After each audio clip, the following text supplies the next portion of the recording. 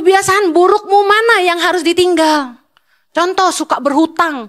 Udah pasti hidupmu akan penuh beban. Kalau mau bertobat, itu gak boleh cari utang lagi untuk nutupin utang. Berhenti, lebih baik cari kerja. Kerja sama orang, nggak bocah cari modal. Ya ampun, itu ngutang juga. Kerja dulu. Sekarang kalau Anda tidak rendah hati untuk menyelesaikan hutangmu dengan cara bekerja kepada orang lain. Karena kebanyakan orang merasa mereka terlalu besar untuk bekerja kepada orang lain. Padahal punya utang yang banyak. Ngotot gak mau kerja, saya maunya dagang. Dagang gimana? Utang lu udah banyak, kelarin dulu. Nah, Anda harus tinggalkan kebiasaan berhutang. Kebiasaan aji mumpung. Kebiasaan boros, gak bijaksana, harus ditinggal. Kebiasaan buruk apalagi, makan berlebihan, harus ditinggal. Amin.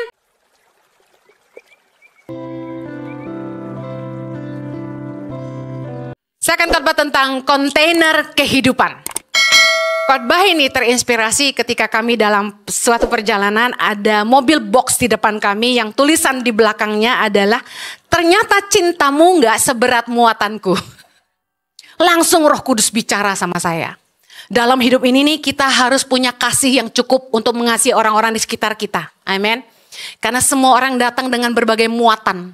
Ada muatan-muatan yang memberatkan. Ada muatan-muatan yang berharga. Betul gak? Tapi kalau kita punya kasih yang cukup, dalam 1 Petrus 4 ayat ke-8 berkata, tetapi yang terutama, katakan yang terutama, kasihilah sungguh-sungguh seorang akan yang lain. Sebab kasih menutupi banyak sekali dosa. Pasanganmu, temanmu, orang tuamu, siapapun yang ada di sekitarmu, pemimpinmu, itu datang dengan berbagai muatan. Kita harus punya kasih yang cukup untuk menerima kelebihan dan kekurangan. Karena tidak ada orang yang sempurna. Katakan amin. Haleluya. Itu intermezzo. Saya akan masuk di khotbah saya.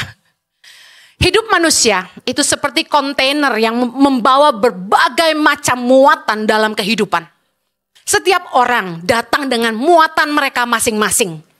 Ada yang muatannya trauma. Dari hubungan sebelumnya, atau dari pernikahan sebelumnya, atau dari masa kecil.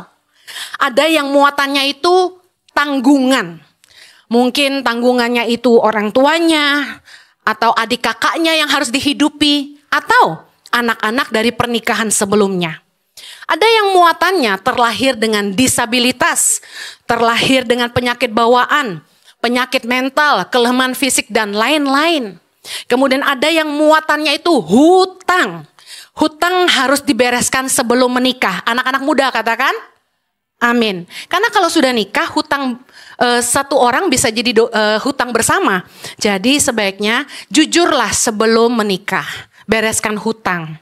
Kami pernah lakukan itu. Saya batalkan pernikahan supaya suami saya sebelum menikah dengan saya melunasi kartu kreditnya. Bayangin, cuma kartu kredit aja harus lunas sebelum nikah. Haleluya. Ada yang muatannya kebiasaan buruk. Kebiasaan buruk seperti apa? Tidak bijak mengelola keuangan, berantakan. Bisa jadi masalah gak kira-kira? Oh iya banget. Kebiasaan makan berlebih, masalah gak tuh? Boros, suka shopping, itu kebiasaan buruk. Suka shopping buruk gak ya? Buruk ya. Kecuali kalau shopping buat bagi-bagi orang. Ada yang muatannya karakter yang buruk. Makanya nih sebelum nikah buka mata lebar-lebar. Karakter yang buruk seperti apa Bu Heni? Pembohong, pendendam, pemalas, egois, iri hati, munafik, tidak bertanggung jawab, licik atau manipulatif, tidak berintegritas, sombong. Wah ini karakter-karakter yang jelek. Harus sadar semua orang pasti punya satu. Kalau orang itu cinta Tuhan dan taat firman Tuhan, pasti dia bertumbuh jadi lebih baik. Amin. Tapi kalau tidak takut Tuhan, hidup selalu egois. Wow, ini capek banget. Seperti sebuah wadah atau kontainer, hidup kita itu bisa overload. Bisa bocor, ya. Kalau kita masukin terus muatan tanpa kita kelola dengan baik, tanpa kita tahu bagaimana cara mengeluarkannya, melepaskannya, kontainer hidup kita ini bisa jadi overload. Itu yang menyebabkan orang ketika kontainernya terlalu penuh, dia burn out. Mulai stres, tertekan. Biasanya orang kalau udah di pelayanan itu ya sebenarnya mereka bisa bilang sama saya gini, Bu, saya udah gak mau pelayanan dulu. Kenapa? Soalnya saya burn out. Yang disalahin selalu pelayanan. Yang disalahin pelayanan di ICI. Padahal dia sendiri yang gak bijak ngatur waktu. Semua pelayanan diterima. Di gereja A, B, C, D, persekutuan A, B, C, D, komunitas A, B, C, D. Lah kenapa burn outnya di ICI yang cuma seminggu sekali? Kan gereja kita gak banyak ibadah bukan? Cuma minggu dan 60 minute worship. Bisa kebayang tim praise and worship mah jarang banget di hari Rabu. Cuma minggu. Tapi burn outnya di ICI. Nah mari lihat kontainer Anda terlalu penuh gak? Orang kalau penuh itu pasti ngerasanya stres dan tertekan. Nah yang lebih parah nih sampai bocor. Kalau kontainernya bocor, dikit-dikit meledak. Mudah marah, mudah emosian. Yang kasihan orang-orang di dekat Anda. Curiga mulu, negatif mulu, khawatir mulu. Dan orang-orang yang kontainernya terlalu penuh atau overload akan kesulitan menjalani kehidupan. Karena kita tidak bisa hidup tanpa tantangan. Amen. Saya akan kasih contoh. Kontainer mental seseorang. Ya. Kontainer mental kita ini mungkin nampung yang namanya trauma masa lalu. Siapa di sini yang punya trauma masa lalu? Angkat tangan. Jangan ada dusta di antara kita. Masa cuma satu? Siapa di sini yang punya trauma masa lalu? Angkat tangan. Nah, saya senang. Mulai ada orang-orang jujur meskipun masih di bawah 10. Saya punya trauma masa lalu ya. Tekanan pekerjaan, trauma masa lalu, tekanan pekerjaan. Apalagi kalau bosnya itu sampai jam 12 malam masih WA-WA-an. Masalah keluarga, kemudian hutang, tagihan. Kontainer mental kita penuh nggak tuh? Penuh. Nah, kalau terlalu banyak muatan dan kita nggak bisa stress release namanya, melepaskan stres dan mengelola dengan baik, maka pasti yakin hidup kita terasa berat. Kita pasti tertekan dan yang bahaya ini, mulai sakit emosional. Banyak orang yang jadi sakit mental. Tadinya nggak apa-apa, tiba-tiba kok jadi halu. Saya dengar ada bisikan. Saya harus datang ke rumah kamu dan tidur di sini. Dan sama kamu, dia bilang gitu. Oh jangan percaya, ini halu, amin. Yang laki-laki jangan bahagia. Kamu dikirim Tuhan untuk saya, salah kamu. Ya. Nah saya ingin share bagaimana cara mengelola kontainer kehidupan kita supaya hidup kita lebih ringan. Yang pertama, kenali muatanmu. Ratapan 3 ayat 40. Marilah kita menyelidiki dan memeriksa hidup kita dan berpaling kepada Tuhan. Sadari dulu apa sih isi kontainermu? Apakah itu trauma? Apakah rasa takut? Kebiasaan buruk? Atau masalah finansial? Hubungan yang rusak? Coba cek kontainermu apa? Culun banget kalau sampai ada orang yang bawa-bawa mobil box kemana-mana. Dia ngebut gitu ya. Harus cepat sampai. Padahal begitu dibuka, kosong. Gak jelas apa yang dibawa. Anda harus pastikan Anda ngerti apa isi kontainermu.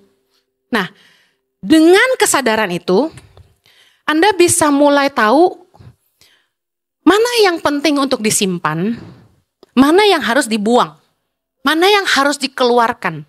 Contoh, trauma jelas tidak bisa hilang begitu saja, tapi harus diselesaikan.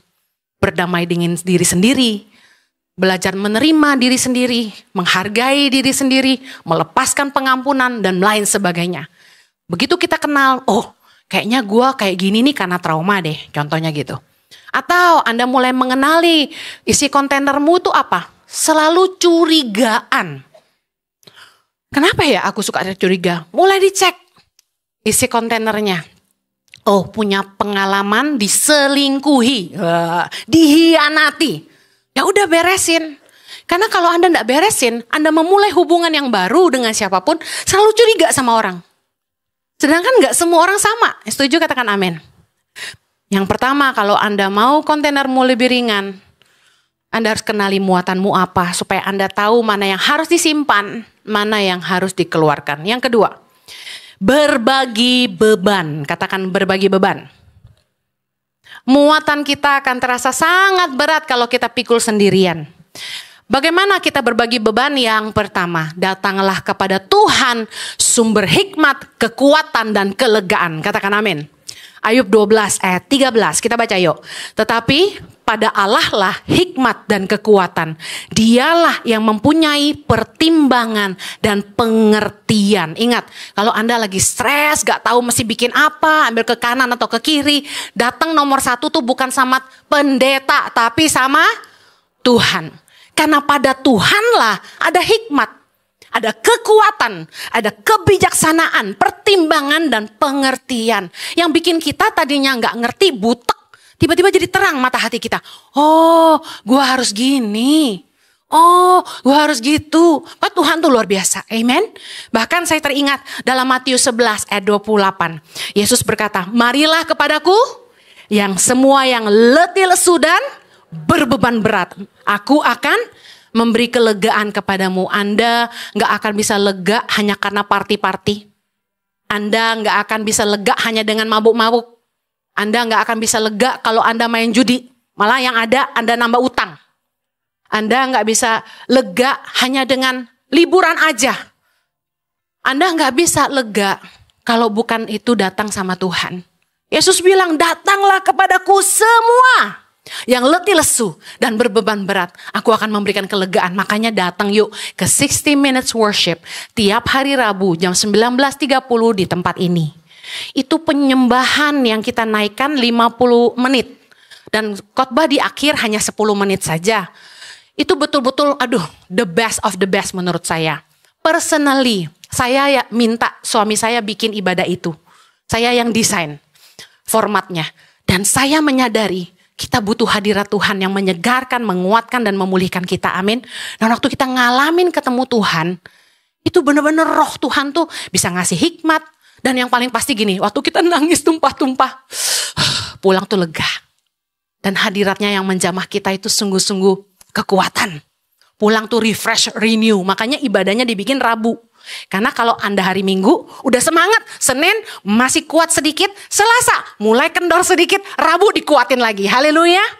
Katakan kanan kirimu, jangan lupa datang 60 Minute Worship. Ya, haleluya. Sekalian promosi ibadah teman-teman. Nah, berbagi beban yang kedua, itu ceritakan sama orang yang kamu percaya. Teman, keluarga, atau kaum profesional seperti psikolog atau konselor gereja. Gereja ICI memberikan pelayanan konseling secara cuma-cuma sejak pandemi sampai hari ini. Puji Tuhan, ribuan orang ditangani setiap bulan.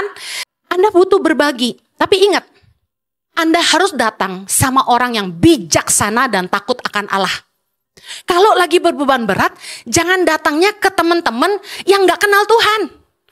Jangan datang sama teman-teman yang gak takut akan Allah. Oh, ngomongnya gampang, cerai aja. Lu perlu bayar utang, utang lagi aja. Diajarin judi aja. Yang ngeboten-boten. Harus datang sama orang yang bijaksana dan takut akan Allah. Amsal 19 ayat 20 berkata, dengarkanlah nasihat dan terimalah didikan supaya engkau menjadi bijak di masa depan. Amin. Datanglah sama mentor-mentor rohani yang takut akan Allah. Ada nggak mentor-mentor yang nggak beres? Ada. Makanya kita mesti ngerti firman Allah. Firman Tuhan yang menjadi batasan atau ukuran benar atau tidak pendapat orang. Amin. Oke, yang ketiga, cara ngelola kontainer kita. Prioritaskan beban. Matius 6 ayat 34. Kita baca sama-sama. Sebab itu, janganlah kamu khawatir akan hari besok. Karena hari besok mempunyai kesusahannya sendiri. Kesusahan sehari cukuplah untuk sehari. Ayat ini sering dipakai orang buat kerja malas-malas. Kerja untuk makan hari ini. Jangan gitu ya. Yang Yesus maksud adalah begini.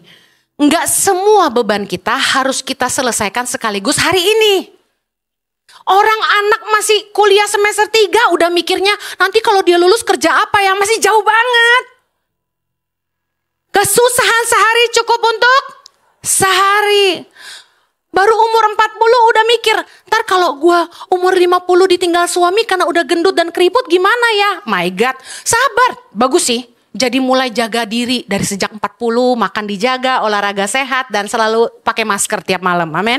Nah, tidak semua muatan di kontainer kita harus ditangani sekaligus. Pilih mana yang paling mendesak, urgent untuk diselesaikan. Dan dengar baik, fokus selesaikan satu persatu. Masalah hidup kita banyak bukan? Lihat mana prioritas dan selesaikan satu-satu. Ada orang tanya saya gini, Bu Heni, emang ibu gak pusing tuh ngurusin Tangan Pengharapan?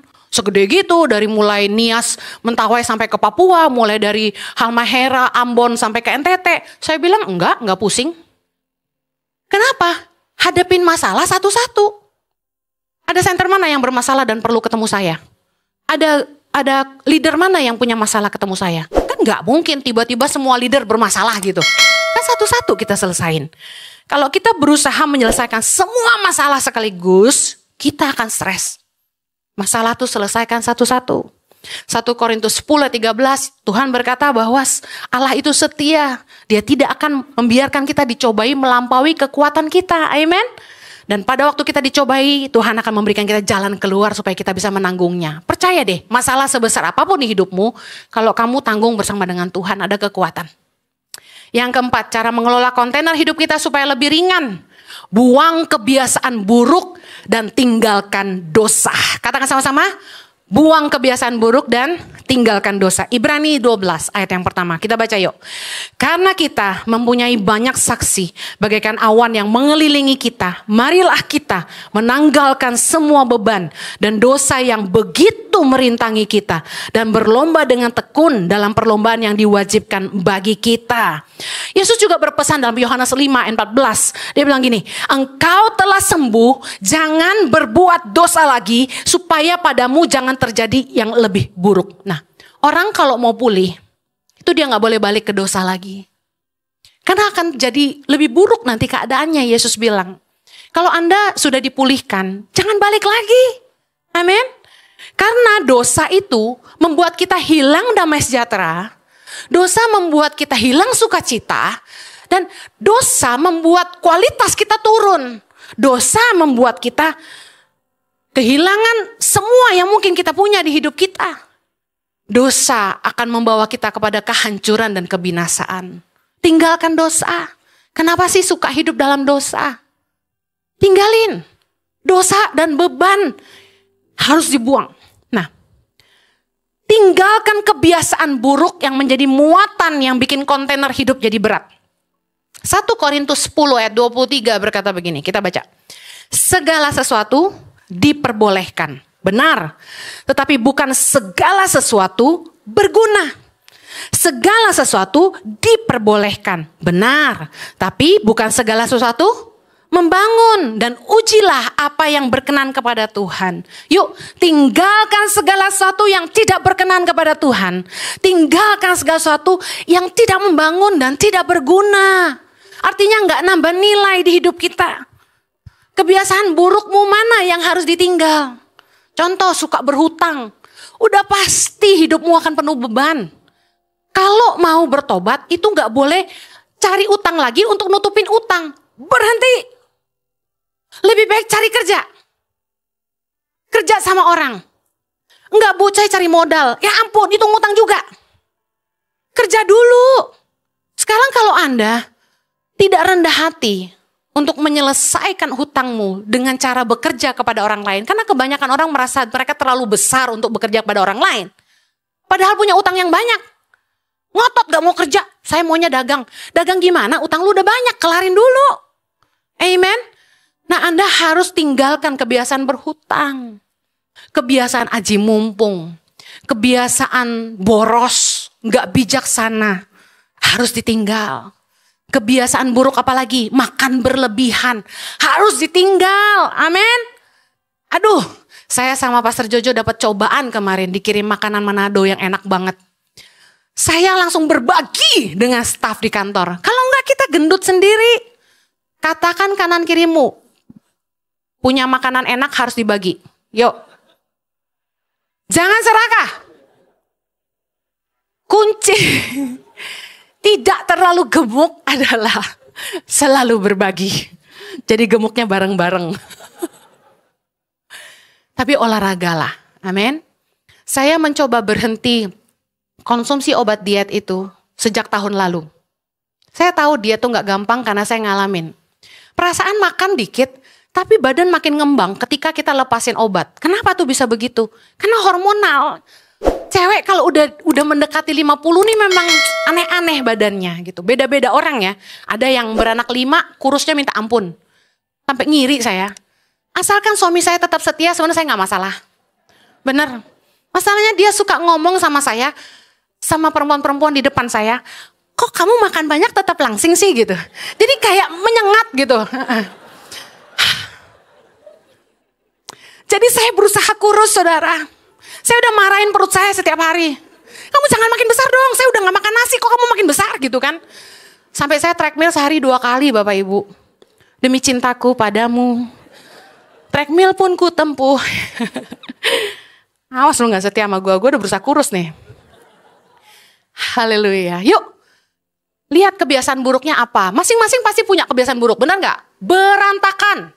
Suami istri nikah, masalah berantakan aja tuh bisa jadi masalah loh. Yes or no? Siapa yang tahan nikah sama orang yang kayak gudang? Saya gak sabar kalau lihat orang bisa naruh kaos kaki satu di sini, kaos kaki di sana gitu. Tapi percayalah gini, Bapak Ibu, daripada ngoceh, mari menginspirasi. Pungut aja. 100 kali gue pungut, lama-lama dia pungut sendiri. Benar. 1 kali saya ngoceh, 2 kali saya ngoceh, dia gak kerjain ya. Saya bersihin sendiri, saya rapiin sendiri. Besok-besok dia lihat malu hati. Saya mengimpartasikan roh kerapian saya kepada suami saya. Setelah menikah sama saya begitu lama, akhirnya dia jadi rapi. Jadi lebih bersih. Bahkan mau nge-gym aja pagi-pagi, mandi keramas, sikat gigi, pakai gel, pakai parfum. Aneh kan? Saya aja gak gitu loh. Masya Allah. Nah, mari buang kebiasaan buruk dan mulai berubah. Berubah lebih positif, olahraga, gaya hidup sehat. Cari hobi itu yang menenangkan. Jangan cari hobi yang menegangkan. Ada orang yang, gue pengen me time. Ngapain lu kalau me time nonton film horor? Saya langsung kaget. Gue ya kalau mau santai ya, di kursi pijit nonton Netflix yang hihihi, hahaha. Liatin reels yang lucu-lucu, yang ada hansip jalannya gini. Lihat ada TNI yang lagi jalan di tempat gerak. Lucu banget gitu kan. Saya ngakak sendiri. Kata suami saya, enggak berkualitas tontonanmu. Saya bilang, menyegarkan jiwa murah meriah, amin. Sekali-kali doang kalau lagi ngantri naik pesawat, boring kan? Ketawa-ketawa sendiri gitu loh, melepaskan beban dan dosa yang merintangi. Saudara dengar, cari hiburan, cari istilahnya hobi tuh yang menenangkan, katakan menenangkan. Beda dikit nih, jangan yang menegangkan. Naik jet coaster, ini, lega gua. Kok bisa sih? Yang ada tuh kan nakut-nakutin diri sendiri, jantungan saudara. Yang kelima, cara mengelola kontainer hidup supaya lebih ringan. Belajar melepaskan, katakan melepaskan. Yesaya 43 ayat 18 berkata, janganlah ingat-ingat hal-hal yang dahulu, dan janganlah perhatikan hal-hal yang dari zaman purbakala. Lupakan yang udah lalu, amin. Nah, Filipi 3, aku melupakan apa yang ada di belakangku dan mengarahkan diri kepada apa yang di depanku. Yuk belajar melepaskan hal-hal yang kita gak bisa kontrol. Belajar melepaskan hal-hal yang di luar kendali kita. Contoh, Anda gak bisa ngerubah pasanganmu. Itu di luar kontrolmu. Mau marah kayak apapun, percayalah. Manusia sulit berubah kalau bukan karena kesadaran sendiri dan atas kuasa Allah. Lepaskan hal-hal yang Anda gak bisa kontrol. Hal-hal yang sudah lalu. Contoh, memaafkan dirimu sendiri atas kesalahanmu di masa lalu. Jangan isi kontainermu dengan penyesalan dan penyesalan. Semua orang bikin salah yang udah lewat-lewat. Amen. Ampuni dirimu sendiri dan kasih kesempatan buat diri sendiri. Yang berikutnya, ampuni orang lain. Jangan isi kontainer kita dengan dendam kesumat. Iri hati, kedengkian. Jangan. Ampuni kesalahan orang lain. Karena Yesus bilang dalam Matius 6. Karena jikalau kamu mengampuni kesalahan orang, Bapamu yang di sorga akan mengampuni kamu juga. Tapi jikalau kamu tidak mengampuni orang, Bapamu juga tidak akan mengampuni kesalahanmu. Yuk, lepaskan yuk. Dendam, kemarahan, kebencian, kepahitan, penyesalan. Lepaskan. Yang mau katakan amin. Yang keenam, cara mengelola kontainer hidup lebih ringan. Miliki waktu untuk beristirahat. Markus 6 ayat 31 kita baca sama-sama. Lalu ia berkata kepada mereka, marilah ke tempat yang sunyi supaya kita sendirian dan beristirahatlah seketika. Bayangin, Yesus aja, Raja, anak Allah dan Allah pribadi Allah sendiri butuh istirahat. Itu yang membuktikan dia 100% manusia. Nah, Yesus bisa capek dan itu normal. Jadi bisa capek tuh normal. Cuma suami saya yang gak punya tombol capek. Gak pernah saya lihat dia capek. Gak punya tombol capek itu bahaya. Karena orang kalau gak ngerti badannya capek, gak akan istirahat. Tiba-tiba nanti jantungnya, ginjalnya. Kita harus ngerti rasa capek. Amin. Amin Pak Jojo. Yes. Mari beri ruang dan waktu untuk dirimu sendiri untuk beristirahat. Yesus aja istirahat. Emang kamu lebih dari Yesus? Kita harus istirahat supaya kontainer kita ini bisa nafas. Pernah nggak Anda membiarkan mukamu istirahat? Ikutin ototnya. Biarin mulutnya mangap. Biarin. Kalau di pesawat itu kan saya harus tidur cantik ya kan. Karena just in case ada jemaat. Karena anak pramugari pun kenal saya. Jadi saya tidur tuh tidur cantik. Tegang muka gue. Padahal kalau istirahat tuh ya. Membiarkan semuanya bernafas. Nah. Istirahat tuh gimana? Tidur cukup. Jangan begadang terus. Katakan kanan kirimu jangan begadang terus. Cepat koit loh gitu.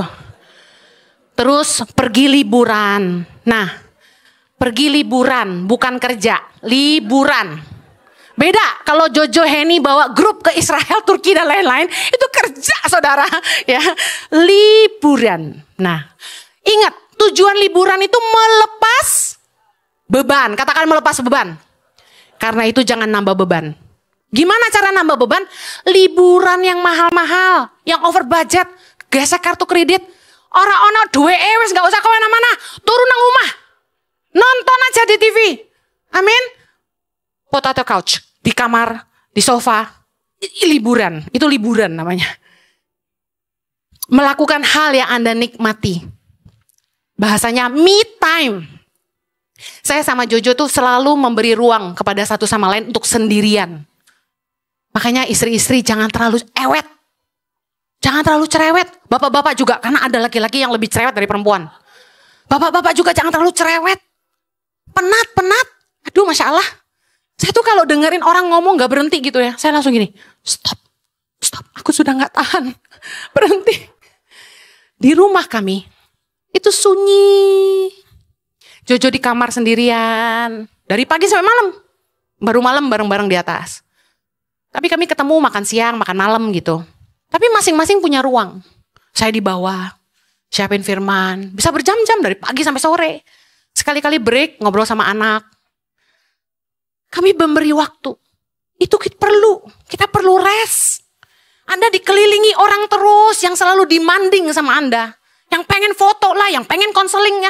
Lelah bos. Lelah banget. Harus selalu cantik, harus selalu pakai bulu mata. Capek bos. Jadi kita butuh rest, amin. Dan saya selalu memberi diri saya rest. Di dalam Tuhan. Datanglah kepadaku, kata Tuhan. Yang terakhir. Cepet-cepet amat sih naik.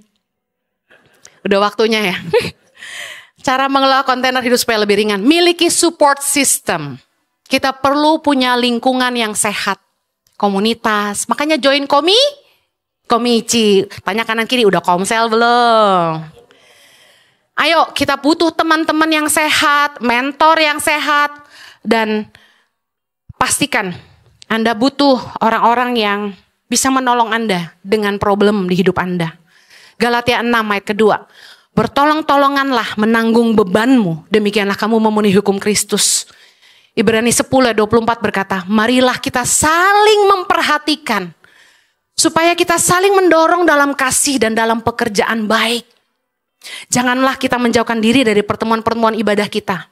Tapi kita seperti dibiasakan oleh beberapa orang. Tapi marilah kita saling menasehati.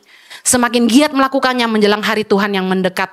Ingat, kita butuh komunitas yang sehat supaya iman kita bisa terus bertumbuh dan hidup kita berbuah. Kalau Anda sampai nggak punya komunitas yang sehat, segera bergabung di Komsel Komici.